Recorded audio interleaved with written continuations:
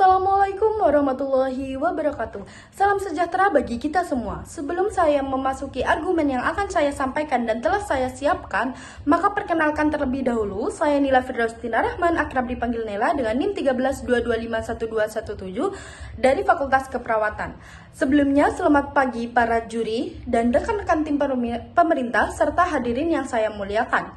Kami dari tim oposisi hari ini dengan tegas menolak adanya mosi bahwa pemerintah harus memprioritaskan beasiswa berbasis prestasi dibandingkan beasiswa berbasis ketidakmampuan ekonomi. Mengapa demikian? Karena menurut kami esensi dari pendidikan adalah pemerataan akses, bukan sekedar mengejar keunggulan individu.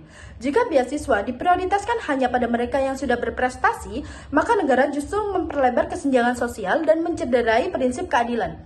Maka dari itu, kami ingin meluruskan bahwa kami tidak menolak beasiswa prestasi karena itu tetap penting. Namun, yang kami tolak adalah prioritas sepihak.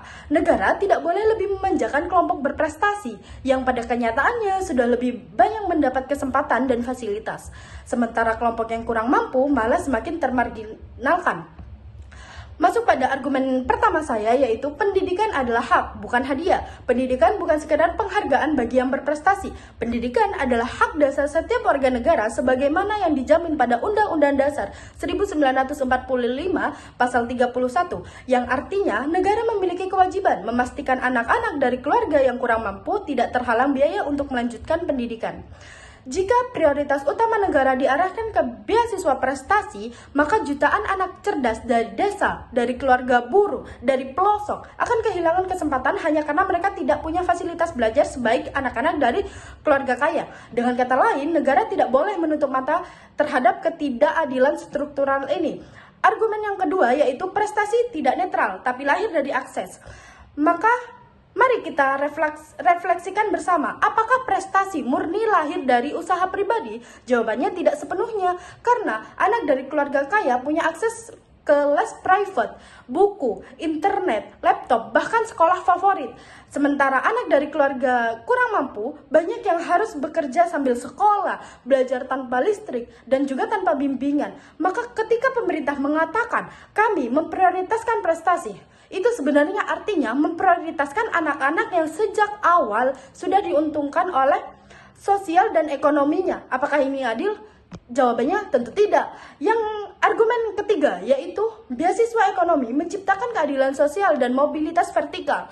Beasiswa berbasis ketidakmampuan ekonomi bukan sekedar bantuan biaya kuliah. Ia adalah instrumen pemerintahan sosial. Dengan adanya beasiswa bidik misi atau KIPK, ribuan anak desa, buruh, nelayan bisa kuliah dan mengangkat derajat keluarganya. Inilah yang disebut mobilitas sosial vertikal. Pendidikan menjadi jembatan agar keluarga miskin bisa keluar dari lingkaran kemiskinannya. Jika prioritas dialihkan ke beasiswa prestasi, maka kita hanya memperkuat elitisme akademik tanpa membuka jalan bagi rakyat kecil untuk maju. Dan argumen yang keempat yaitu prestasi tanpa keadilan merupakan stagnasi.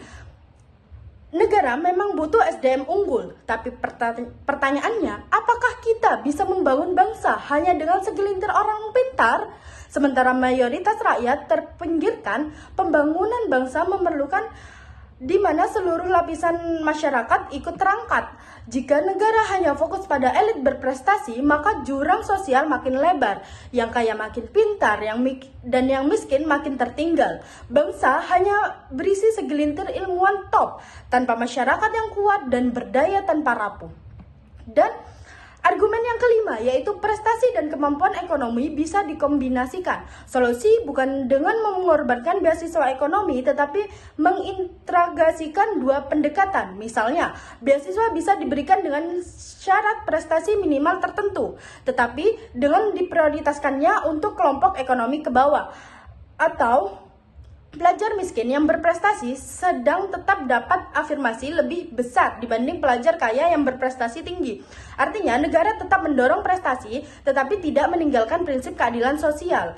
Hadirin yang saya hormati, mari kita ingat kembali, tujuan utama pendidikan yaitu bukan hanya mencetak juara olimpiade atau ilmuwan elit, tetapi juga membuka pintu kesempatan bagi seluruh anak Bangsa memprioritaskan beasiswa berbasis prestasi di atas beasiswa ekonomi hanya akan melenggengkan ketimpangan sosial dan mengkhianati amanat konstitusi. Oleh karena itu, kami dari tim oposisi dengan tegas menyatakan yang hanya diprioritaskan adalah beasiswa berbasis ketidakmampuan ekonomi, bukan sebaliknya. Terima kasih. Wassalamualaikum warahmatullahi wabarakatuh.